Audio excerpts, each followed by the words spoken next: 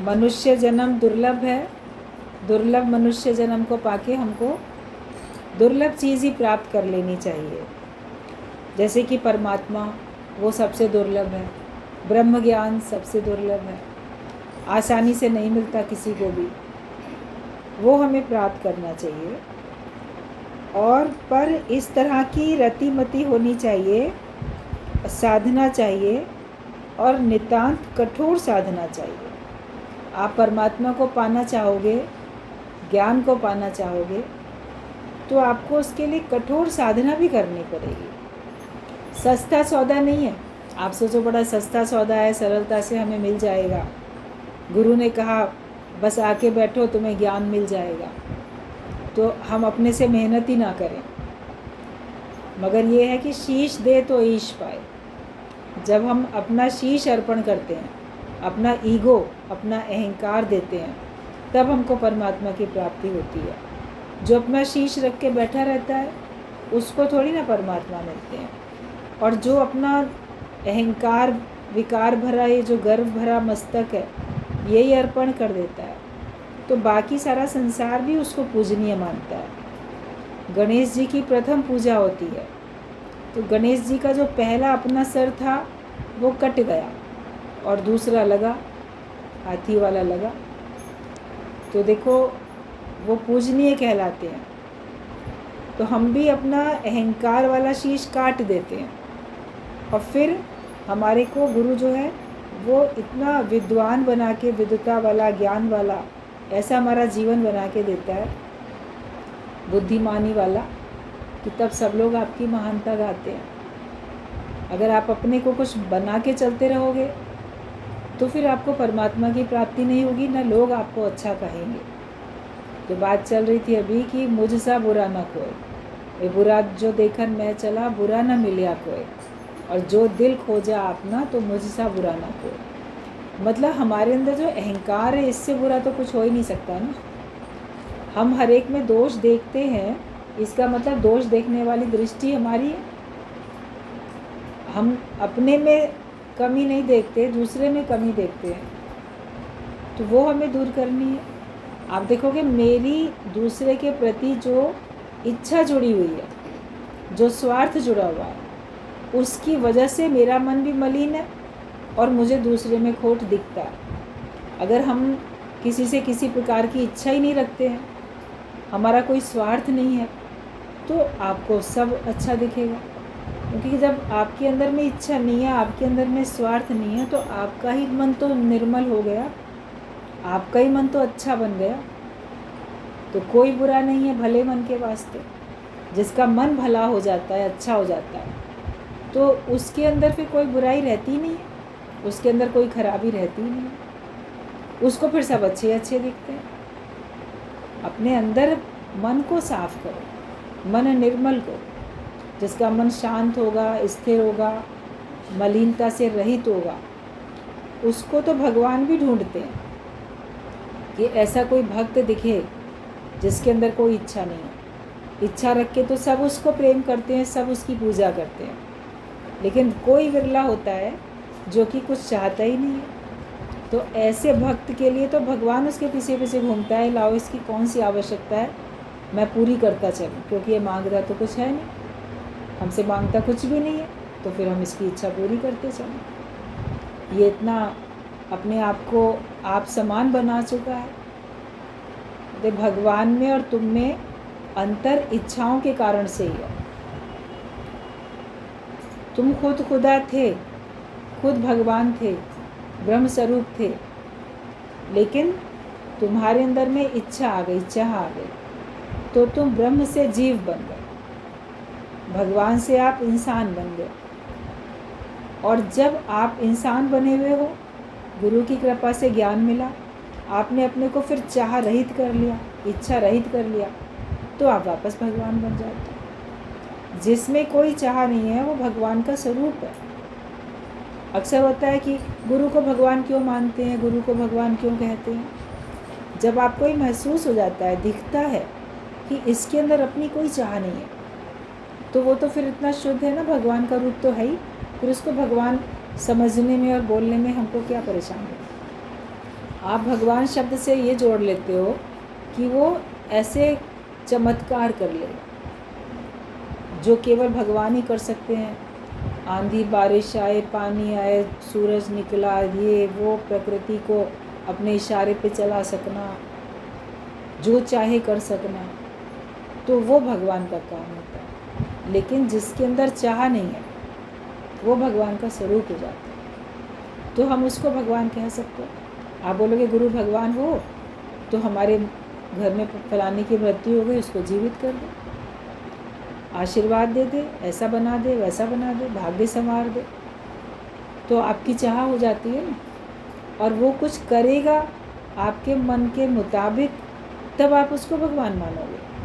लेकिन वो तो भगवान है ही इस तरह से कि उसके अंदर कोई इच्छा ही नहीं, वो इतना शुद्ध है, पवित्र है। वैसे ही शुद्ध पवित्र आपको भी बनना, इच्छा रही तो आपको भी होके बैठना है। उसके लिए हमें कठोर साधना करनी पड़ती है। और साधना भी जो होती है वो केवल कहने की नहीं होती, लेकिन वो जैसे एक एक वचन या एक एक जो आपकी क्रिया होती है वो जैसे कि बहुत वजनी होती है, जिसको कोई आसानी से व्यक्ति उठा नहीं सकता। भार कोई दूसरा आसानी से उठा नहीं सकता, मतलब इतनी कठिन होती है जो संसार में सरलता से कोई नहीं कर सकता। मन को मोड़ना, इच्छा रहित करना, निर्विकारी होना, माया रहित होना, कर्तापने से छूट जाना, ये सब संसार में आसानी से थोड़ी कोई कर सकता। ये वही कर सकता है जिसके अंदर में ज्ञान है, जिसके अंदर में सही समझ है। और एक बिंदु प्रेम समुद्र के बराबर शास्त्र ज्ञान की अपेक्षा ज़्यादा तृष्णा निवारक होता है। अगर आपको ईश्वर के प्रति प्रेम है, एक बूंद बराबर भी आपके पास प्रेम है, ईश्वरीय प्रेम आपके अंदर जग गया, भगवान के प्रति प्रेम आपके अंदर में आ चुका है, तो वो समुद्र के बराबर शास्त्रों के ज्ञान से भी बढ़ गया।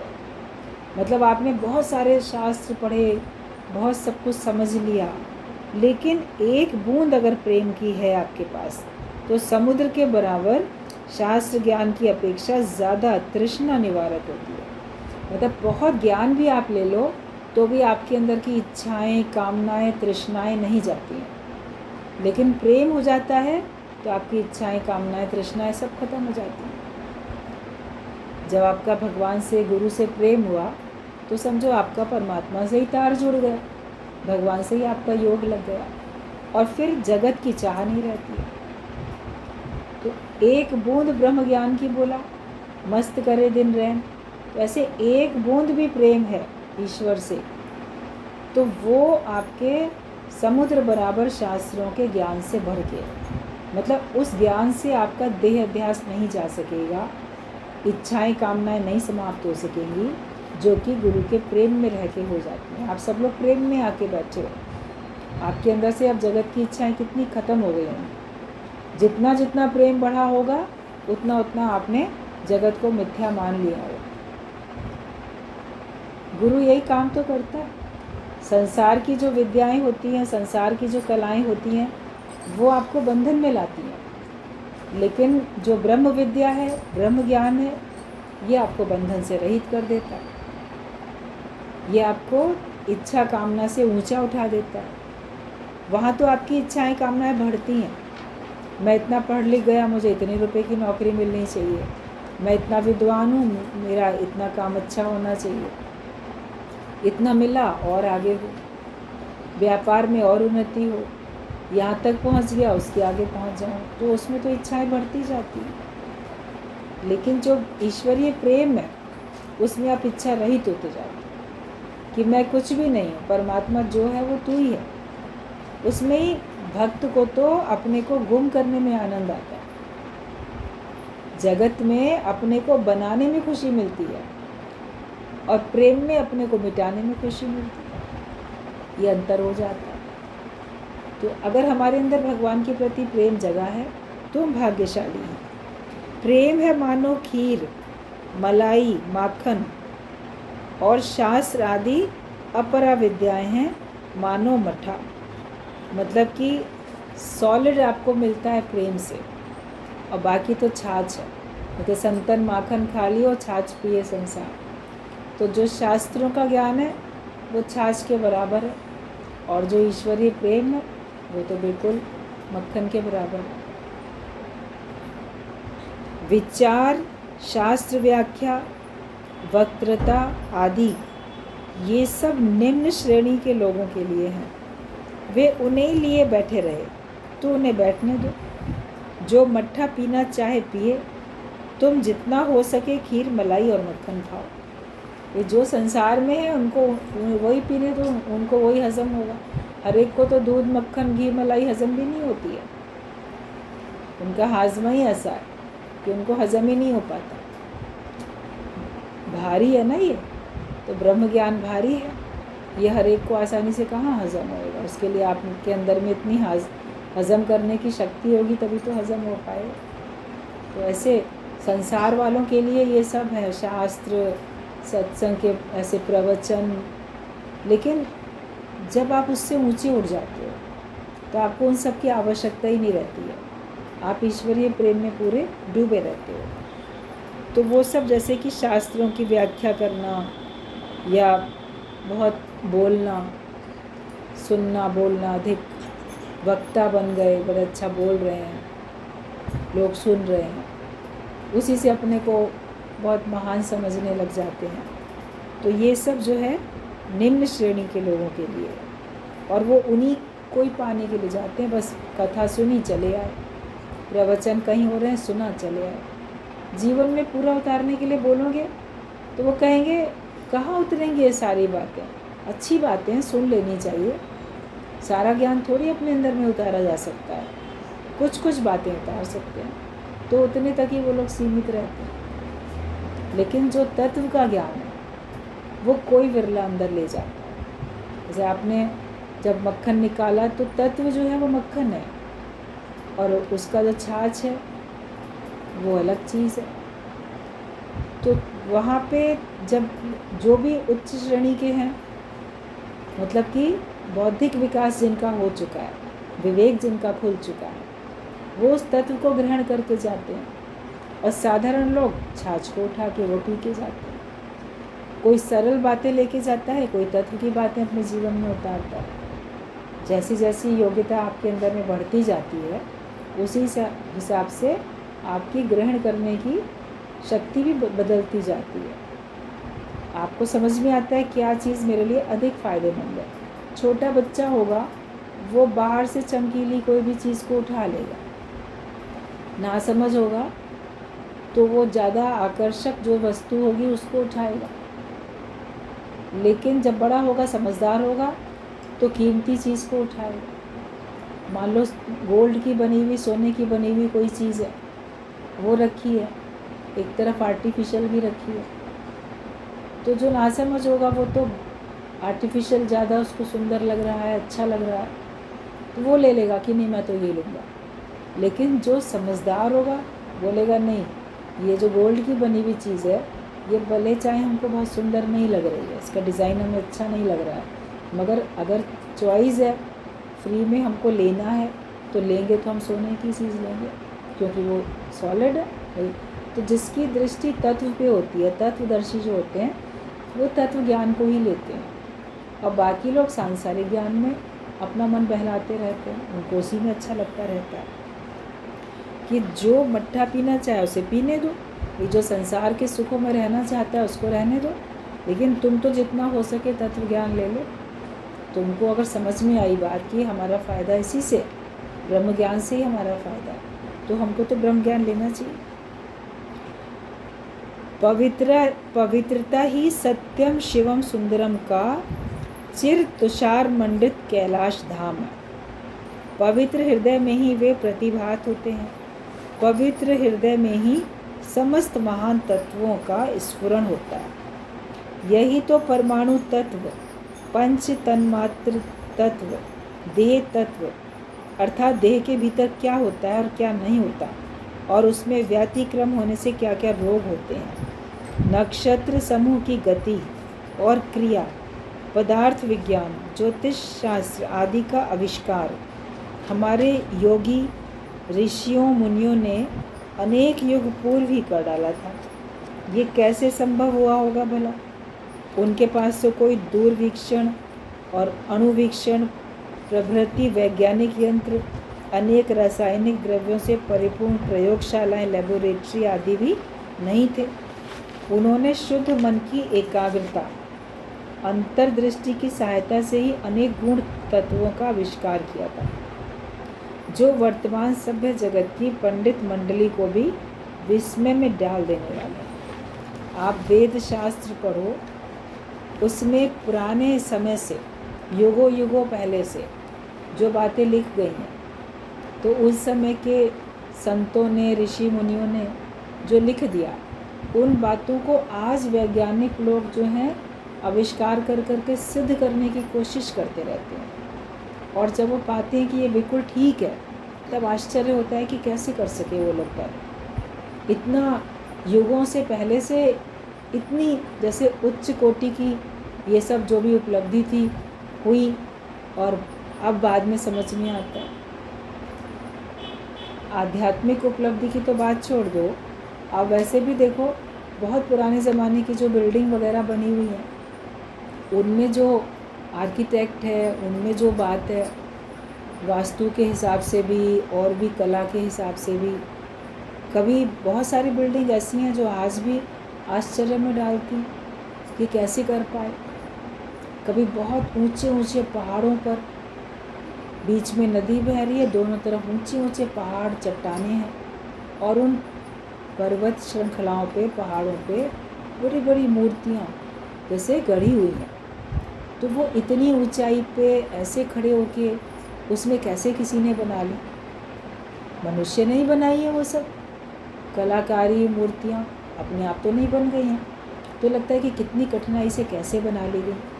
कहीं पे कोई ऐसे मंदिर बने होते हैं कि वहाँ पे इस समय में सूर्य की रोशनी सीधी मंदिर में मूर्ति तक जाएगी, कहीं कैसे, कई इस प्रकार के होते हैं चमत्कार, जो कि लगता है कैसे बनाए गए, कैसे सोचा गया। आजकल के समय में लोग सोचते ही रह जाते हैं कि किस तरह से ऐसे बनाएं, क्या करें, आर्टिफिशियल तरीके से लाइट डालेंगे। अब कई ऐसे हैं कि जिनमें पहले से ही कुदरत से ही बना हुआ है और सोच समझ के किया गया, इंसानों के द्वारा ही किया गया। तो बहुत सारी ऐसी बिल्डिंग भी बनी, और बाकी भी जो हमारे अंदर का जो निर्माण होता है, उसके लिए हमको कैसे साधना करनी है, कैसे हमको परमात्मा की प्राप्ति होगी, इसके लिए भी तरीके बताए गए। और भी बहुत कुछ, वो सब आज विज्ञान सिद्ध करता है कि नहीं, वो हमारे लिए ठीक है। पुराने ज़माने के जो लोग आपको बोलते थे इस समय ये नहीं खाओ, सवेरे ये नहीं खाओ, तो खाली पेट ये नहीं खाओ, तो भरे पेट ये नहीं खाओ, तो शाम को ये नहीं खाओ, उस समय ये खाओ, खाने पीने की चीज़ों के लिए भी आप देखो, तो उनके आगे आने वाले लोगों ने अपने बड़ों को ब्लाइंडली फॉलो किया, मानते चले आए। क्यों नहीं करना चाहिए, वो नहीं मान लो पूछा। आज के युग में बच्चे पूछते हैं क्यों नहीं करना चाहिए, क्यों नहीं खाना चाहिए, तो कई बार बड़े लोग जवाब नहीं दे पाते। लेकिन जब वही विज्ञान उनको सिद्ध करके बताता है कि हाँ, इस चीज़ से कितना नुकसान, इसका रिएक्शन होता है, इससे नुकसान पड़ता है, तब समझ में आता है कि वाकई ये तो धर्म से जोड़ के बता दी गई थी बातें, या नियम से जोड़ के बताई गई थी बातें, जो कि हमारे लिए हमेशा फ़ायदेमंद थी। तो कैसे ऋषि मुनियों ने ये सब पहले से जान के कर लिया। लाइफ के हर पहलू को देखो, प्रत्येक क्षेत्र में जो भी बात बताई गई है कि वैसे हमको जीवन जीना चाहिए, उससे हमेशा हमको फ़ायदा होता है। और वो अनुभव का ज्ञान है, और वो उन्होंने कैसे कर पाए? अपनी एकाग्रता से, अपनी अंतर्मुखता से, अंतर्दृष्टि से वो हर बात को समझ पाए, कर पाए। अभी भी बहुत सारी बातें लोग नहीं समझ पाते हैं, उसमें क्रिटिसाइज़ करते हैं। जब और ज़्यादा वो खोज करेंगे और उनकी बुद्धि खुलेगी, तो हर बात समझ में आएगी कि जो भी रीति रिवाज हैं, जो बातें भी हैं, वो किसी न किसी उद्देश्य से और भले के लिए बनाई गई है, उसमें कोई खराबी नहीं है। तो इतने गूढ़ तत्वों का जो आविष्कार था, वो ऋषि मुनि सब कर सके, जो आजकल के समय में लोगों को आश्चर्य में डाल देते हैं। पराभक्ति, ज्ञान और मोक्ष प्राप्ति के यदि अभिलाषी हो तो भीतर से और बाहर से पवित्र होना पड़ेगा। जब तक आप अंदर से पवित्र नहीं रहोगे तब तक आपको मोक्ष की प्राप्ति भी नहीं हो सकती, परमात्मा भी आपके अंदर प्रकट नहीं हो सकते। शुद्ध हृदय में, पवित्र हृदय में ही परमात्मा निवास करता है। आपको अगर अपने दिल में भगवान को बसाना है तो अपने दिल को आपको शुद्ध करना पड़ेगा, पवित्र करना पड़ेगा। किसी प्रकार के भी गलत ख्याल, माया के विचार कोई आपके अंदर में बसे नहीं रहने चाहिए। आप उनसे अपने आप को उपराम करते चले जाओ। जब तक आप अपने को शुद्ध नहीं करोगे, जब तक आप अपने को पवित्र नहीं करोगे, तब तक आपके अंदर में ना ज्ञान टिकेगा ना भगवान टिकेगा। एक साधारण सा आप दूध लेके उसको किसी भगोने में डाल के गर्म करने चलते हो, अगर वो भी साफ़ नहीं है तो वो दूध भी उसमें टिक नहीं पाता, वो फट जाता है। उस पात्र को, उस बर्तन को आपको कितना साफ़ करना पड़ता है।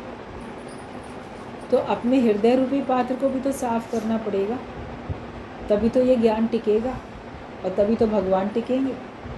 किसी मेहमान को बुला के बिठाना है तो भी आप अपने कमरे में झाड़ पोंछ, डस्टिंग सब कर देते हो, तभी तो कोई बैठेगा। धूल भरी कुर्सी पे थोड़ी कोई आके बैठ जाएगा। तो भगवान को बिठाना चाहते हो हृदय में तो वहाँ भी तो सफाई ज़रूरी है, बाहर से भी और भीतर से भी। आपका आचरण बाहर से भी और अंदर भीतर से भी सब शुद्ध होना चाहिए। बाहर भीतर की शुद्धि आपको मिलेगी तब आपके अंदर में परमात्मा विराजमान हो सकते हैं। तो हमको बाहर भीतर से पवित्र होना पड़ेगा। देह और अंतःकरण शुद्ध होना चाहिए। उसका उपाय है कामिनी कंचन कीर्ति का त्याग। कैसे शुद्ध करोगे अपने आप को, कैसे पवित्र करोगे अपने आप को, उसका एक उपाय है कि संसार में जो आपको दिखाई देता है, कामिनी कंचन कीर्ति, माया के ये रूप 3 दिखाई देते हैं। मतलब कि जो भी नाम रूप हैं, चाहे आपका पति है, पत्नी है, बाल बच्चे, परिवार के लोग, मित्र संबंधी, जो भी कुछ है, उनको सबको आप कामिनी के अंतर्गत जान लो, क्योंकि उनको देख के आपके अंदर कामनाएं उत्पन्न होती हैं। किसी न किसी प्रकार की कामना तो उत्पन्न होती है। बच्चों को देख के अलग प्रकार की, पति पत्नी को देख के अलग प्रकार की, माता पिता को देख के अलग प्रकार की, भाई बहन को देख के अलग प्रकार की, कोई ना कोई तो कामना उत्पन्न होती है। तो जो चेतन माया है उनको सबको आप कामिनी के अंतर्गत जानो। और कंचन, जो भी पदार्थ, धन दौलत संपत्ति, जड़ माया, उसके प्रति कितनी आसक्ति होती है। सोना चांदी, हीरा मोती, मकान, संपत्ति जो भी है आपकी, तो इसको, और कीर्ति, ये अपने अंदर की बसी हुई भावना है कि मुझे महानता प्राप्त हो, लोग मेरा यश गान करें, ऐसे बहुत मुझे महान समझें, मेरा नाम चारों तरफ फैल जाए। ये चाह, अपने को श्रेष्ठ सिद्ध करने की चाह, अपने को महान कहलाने की चाह, तो वो कीर्ति, तो मेरी कीर्ति होनी चाहिए। तो अच्छे काम तो करते हैं, मगर उसके अंदर उद्देश्य ये होता है कि मेरी कीर्ति हो, मेरा नाम हो। अच्छा काम इसलिए नहीं करते कि दूसरे का भला हो रहा है, उसके साथ साथ मेरा नाम होना चाहिए। कहीं पे डोनेशन, दान देंगे तो लाउड स्पीकर पे मेरा नाम बोला जाना चाहिए, या वहाँ पत्थर पे मेरा नाम लिखवा देना चाहिए, फलाने सेठ ने, फलाने ने ये बनवाया, ये चीज़ उन्होंने लगवाई, उन्होंने बनवाई, ऐसे करके करते तो हैं। धर्मशालाओं में आप देखो, तीर्थ स्थानों में आप देखो, तो वहाँ पे लोगों के हित के लिए, भले के लिए, सुख के लिए बहुत सारे आयोजन होते हैं। तो उनमें नाम तो वो अपना करते तो हैं। भंडारा भी करेंगे तो फलाने के द्वारा कराया जा रहा, कहीं इसने ये पानी का वाटर कूलर लगवा दिया है, कहीं कुछ पंखे लगवा दिए। बहुत साल पुरानी बात है, गुरुजी के साथ एक बार हम लोग हरिद्वार में गए और फिर किसी आश्रम में ठहरे, और हमारी तो लाइफ में पहली बार था हम किसी आश्रम में जाके ठहरे थे। उसके पहले हम तो गए नहीं थे कभी किसी भी आश्रम में। तो जिस रूम में वहाँ पे गए, एक एक रूम में 4-4, 8-8 जितना बड़े रूम थे उस हिसाब से पलंग वगैरह चारपाइयाँ पड़ी हुई थी। तो वहाँ रुके। तो जैसे वहाँ बैठे तो निगाह चली गई पंखे के ऊपर, कमरे में जो पंखा लगा हुआ था। अब पंखे के वो 3 पर होते हैं, तीनों के ऊपर अलग अलग नाम लिखे हुए थे, उसके द्वारा दिया गया। आश्चर्य में हम तो पड़ गए, ये क्या बात है, एक पंखा 3-3 नाम लिखे हुए, मतलब 3 लोगों ने मिलके एक पंखा लगवाया। जो उसकी कॉस्ट आई होगी तो 3 लोगों ने मिलके लगवाया, तो तीनों ने अपना नाम लिखा, तो ये फलाने के द्वारा ये लगाया गया। तो काम तो उन्होंने अच्छा किया भाई, मुफ्त में धर्मशाला में या आश्रम में जो भी कोई यात्री आएंगे, भक्त आएंगे, ठहरेंगे, उनको पंखा मिले। तो लेकिन नाम तो अपना किया, कीर्ति के लिए तो किया। वहाँ हर की पौड़ी की तरफ चले गए तो वहाँ पे सब पत्थर लगे हुए थे पूरे सीढ़ी में, और जो जगह थी बनी हुई जहाँ लोग खड़े होते हैं बैठते हैं, एक एक चौकोर चौकोर पत्थर पे एक एक नाम लिखे हुए हैं, जैसे प्रिंट बन गया पूरा। यहाँ ये लिखा, ये इतना पत्थर का टुकड़ा फलाने ने लगवाया, एक ये टुकड़ा इसने लगवाया, उसने लगवाया। तो ये लगा कि देखो किया तो काम अच्छा, मगर नाम हो इसलिए किया। अब वो नाम कौन पढ़ता है, या पढ़ भी लेते हैं तो कौन याद करता है। हम लोग सभी लोग गए होंगे, आप लोग देखे भी होंगे, मान लो किसी ने ये बनवाया है तो कोई तो पहली बार ध्यान नहीं देता, और अगर कोई ध्यान देगा तो याद नहीं रहेगा किसने बनवाया। या वो कोई सोचेगा, शायद एक बार सोच लेगा कि चलो फलाने ने बड़ा अच्छा काम किया, हम लोग को सुख मिला, इतना एक बार सोच लेगा, उसके बाद फिर वो अपने आप में चला जाएगा, अपने काम में लग जाएगा। तो ये है कि कीर्ति की चाह से भी व्यक्ति अच्छे काम करता है।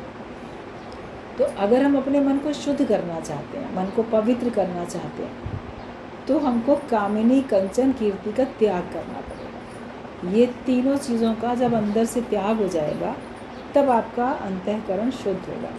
फिर शुद्ध हृदय में भगवान विराजमान होंगे, शुद्ध हृदय में ज्ञान विराजमान होगा। पहले ज़माने में बोलते थे लोग कि गुप्त रीति से कार्य करो, एक हाथ दे तो दूसरे को पता न चले, मतलब इतना अकर्ता भाव में रहो, इतना अपना नाम मत करो, तब तो तुम्हारा करने का फ़ायदा है। अभी तो सब कीर्ति के कारण से नाम करते रहते हैं।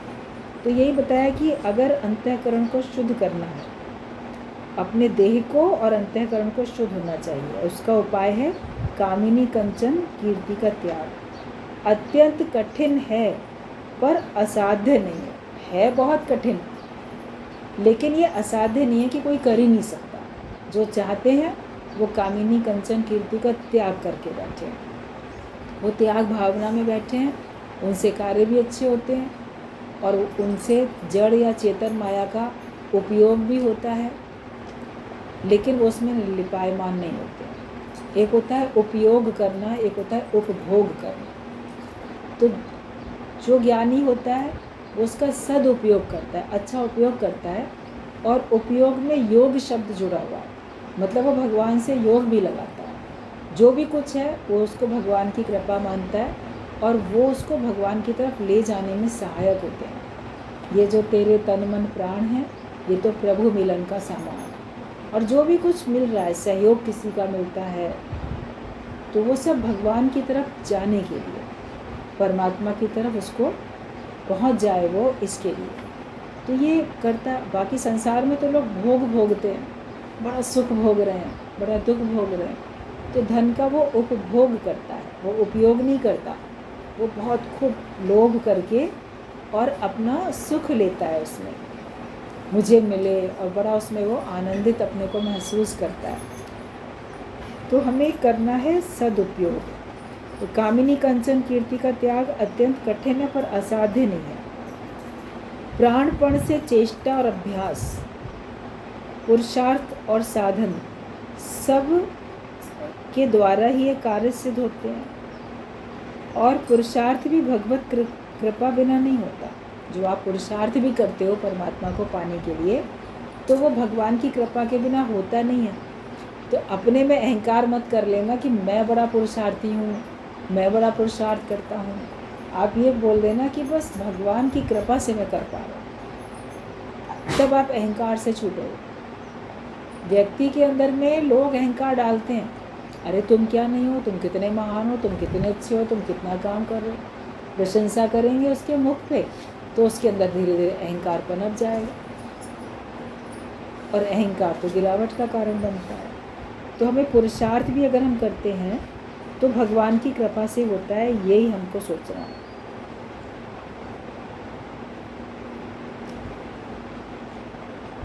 और इसी विश्वास से आगे बढ़ो कि एक मैं ही नहीं, करोड़ों लाखों करोड़ों इस ज्ञान में आगे बढ़ रहे हैं।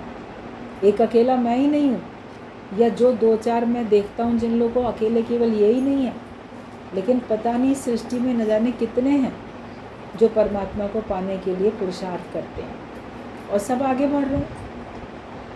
तो हम अपने पे क्या अहंकार करें कि हमने कोई बड़ा विशेष काम कर लिया, हमने कोई बड़ा महान कोई विशेष काम किया। तो हम ऐसे देखें कि सभी लोग कर सकते हैं, कर रहे हैं, तो उसमें मैं भी कर रहा हूँ, कौन से मैंने बड़ा काम कर लिया। तो फिर आपके अंदर का अहंकार खत्म होगा, वरना लगता है कि देखो हम कितने श्रेष्ठ हैं। अच्छे काम का बड़ा अहंकार आता है।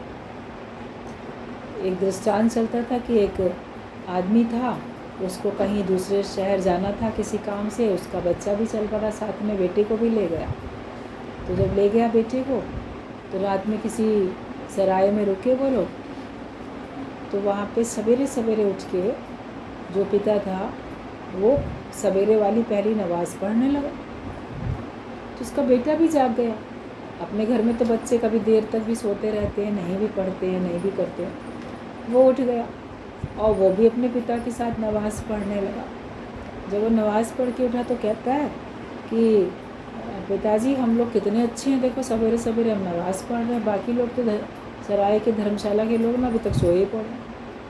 तो उसका पिता जो था वो थोड़ा सा बुद्धिमान था, वो कहता है कि बेटा इससे अच्छा तू भी सोए ही रहता। वो क्या मतलब, वो तू जल्दी जागा और जाग के तूने भगवान का नाम लिया, नमाज़ पढ़ी, तो तूने दूसरों को क्यों बुरा कह रहा है कि हम कितने अच्छे हैं, हम कर रहे हैं और दूसरा है वो नहीं करता। दृष्टांत है।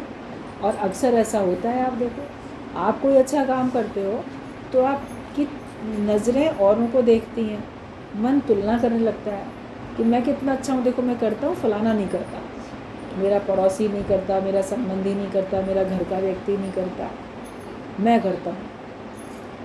भगवान की पूजा करोगे तो, पूजा पाठ करोगे तो, अपने घर वालों की सेवा करोगे तो, एक बहू बोलेगी मैं करती हूँ सास ससुर की सेवा, देखो फलानी नहीं करती। एक बेटा बोलेगा देखो हम ही रखे हुए हैं, हम कर रहे हैं, दूसरा भाई नहीं करता। तो आप करते तो हो, मगर फिर दूसरे को जो टोकिया देखा कि ये नहीं करता, अगर उसको टोक दिया आपने तो आपका किया हुआ भी तो व्यर्थ हो गया ना। आप करते हो अच्छा काम तो अच्छी बात है। अहंकार नहीं आना चाहिए। और अहंकार से बचने के लिए जब मन में ऐसा विचार अगर आने लगे तो सोचो मैं ही अकेला नहीं हूँ, संसार में न जाने कितने लोग हैं वो ये सब अच्छा काम कर रहे हैं, पूजा पाठ करते हैं और भी अच्छा धार्मिक कार्य करते हैं, या अपने घर वालों की या किसी की भी सेवा करते हैं, परिवारजनों की या अदरवाइज़ और लोगों की। तो अनेक है, अकेला मैं ही नहीं हूँ। ईश्वर को पाने के लिए भी तपस्या अकेला मैं ही नहीं करता, न जाने कितने लोग हैं जो कर रहे हैं जिनको मैं नहीं जानता, और हो सकता है वो मेरे से भी अधिक अच्छे से करते हो और बढ़िया तरीके से करते हो। तो एक दो ही नहीं, लेकिन लाखों करोड़ों हैं जो ये पुरुषार्थ कर रहे हैं। इस विश्वास के साथ आगे बढ़ोगे और उन लाखों करोड़ों में से तुम एक हो जो तुम भी चल रहे हो। यदि करोड़ों में कोई एक पहुंचता है, करोड़ों में कोई एक करता है, तो तुम हो उन लाखों करोड़ों में। मगर मन क्या सोचता है कि लाखों करोड़ों में जो नहीं कर रहे हैं उनमें मैं एक हूँ करने वाला। संसार में करोड़ों लोग हैं, उनमें से मैं एक हूँ ये अच्छा काम करने वाला। अहंकार आएगा।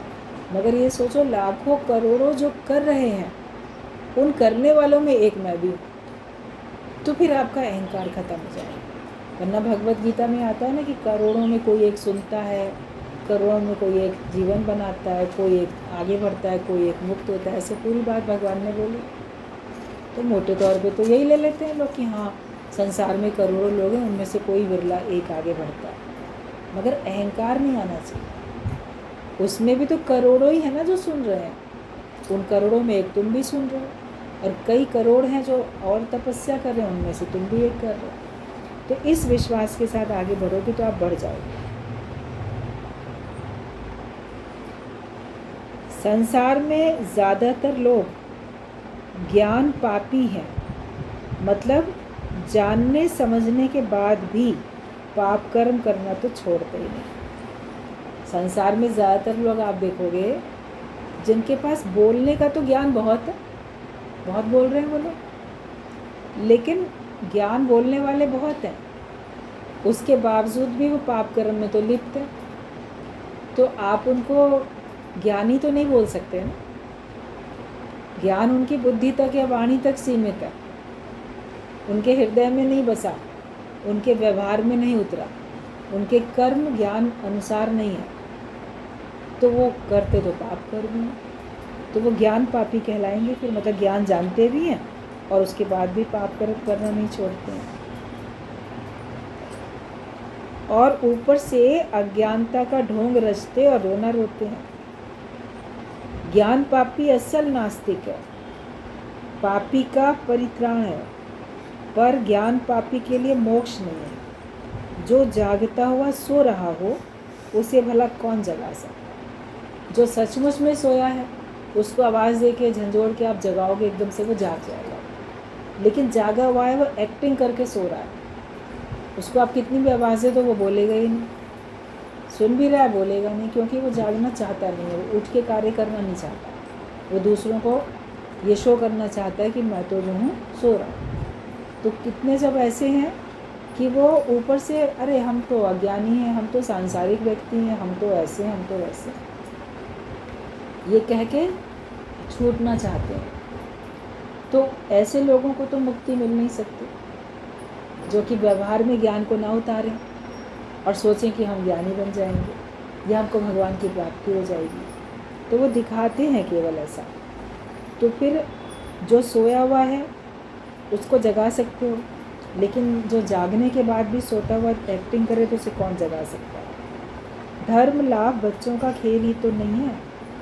मन और मुख यदि एक ना कर सके, पूर्णतया सरल ना हो सके, तो फिर कुछ भी नहीं हो सके। मन साचा मुख साचा सो, आपका मन भी सच्चा होना चाहिए, आपका मुख भी सच्चा होना चाहिए। अगर आपके मन में खोट है, मुख पे सच्चाई है, या मन में तो अच्छाई है और मुख से आप अज्ञानता की बातें बोलते हो, तो दोनों ही बातें आपके लिए ठीक नहीं है। अगर मन में भगवान है तो मुख पे भगवान है, मन में ज्ञान है तो मुख पे भी भगवान की वाणी चले, और अगर अंदर में कुछ है तो सरल रहो, वही बात कह सको कि नहीं हमको बात नहीं समझ में आई है। तो अगर हमारा मन और मुख एक नहीं हम कर पाएंगे, पूरी तरह से हम सरल नहीं हो पाएंगे, तो हमसे कुछ नहीं हो पाएगा। चालाकी से या धोखा देकर कोई भी महान कार्य संपन्न नहीं होता है। बाहरी आडंबर और दिखाऊ बातचीत की चमक से लोगों को भुलावे में डाल सकते हो, पर भगवान के साथ तो कपटता नहीं चलेगी। आप आडंबर करके, दिखावा करके, भाषा बड़ी अच्छी बोल के आप लोगों को तो ऐसे धोखे में रख सकते हो, लेकिन भगवान के आगे तुम्हारी चतुराई चालाकी नहीं चलेगी। वो तो तुम्हारे अंदर को बाहर को सबको जानता है कि भगवान के साथ तुम्हारी कपटता नहीं चलेगी, खुद ही तुम ठगे जाओगे। साधन भजन सब फूटी कलसी में जल भरने के समान वृथा श्रम ही सिद्ध होगा। अक्लांत परिश्रम और पूर्ण आत्मोत्सर्ग द्वारा ही महत् कार्य साधित होते हैं। जब आप मेहनत करते हो वास्तव में और पूरी तरह से भगवान के आगे समर्पण करते हो, तभी आपसे महान कार्य हो पाता है। वरना तो दिखावा करोगे साधन भजन का, सत्संग का, तो मेहनत तो होती भी दिखती है, अपने घर से तैयार होके आए, बैठे, सुना, गए, मगर अपने अंदर इच्छाओं के छेद हैं, तो ज्ञान उसमें टिका नहीं। जैसे आपने पानी भरा भी, बड़ी दूर गए, वहाँ नदी से आप पानी भर के लाए या कुएं से आप पानी भर के लेके आए अपने मटके में, और वो आते आते घर तक आते आते धीरे धीरे धीरे सब बह गया उसमें का पानी, क्योंकि उसमें छेद था, टिक ही नहीं पाया वो पानी। तो जो आपने जाके मेहनत की लेकर आए तो वो तो व्यर्थ हो गई ना सारी की सारी, पानी तो आपके हाथ आया नहीं। तो जो भी हम सच्चाई से अगर नहीं करते हैं काम, दिखावे से करते हैं, तो मेहनत तो करते हुए दिखते हैं, लेकिन जो हमको हासिल होना चाहिए वो हासिल होता नहीं। तो इसके लिए आप दिखावा नहीं करो, आप हमेशा बाहर भीतर से शुद्ध रहो, सरल रहो, शुद्ध रहो, और वास्तव में परमात्मा को पाने के लिए कार्य करो, दिखावे के लिए नहीं करो। अगर आप वास्तव में ऐसा कर लोगे तो आपका ये जन्म, ये जीवन, वर्तमान जीवन भी और बाद का भी, सब फिर आपका संवरता चला जाएगा। तो हमें दिखावा नहीं करना है और हमको सचमुच में सच्चे होकर रहना है।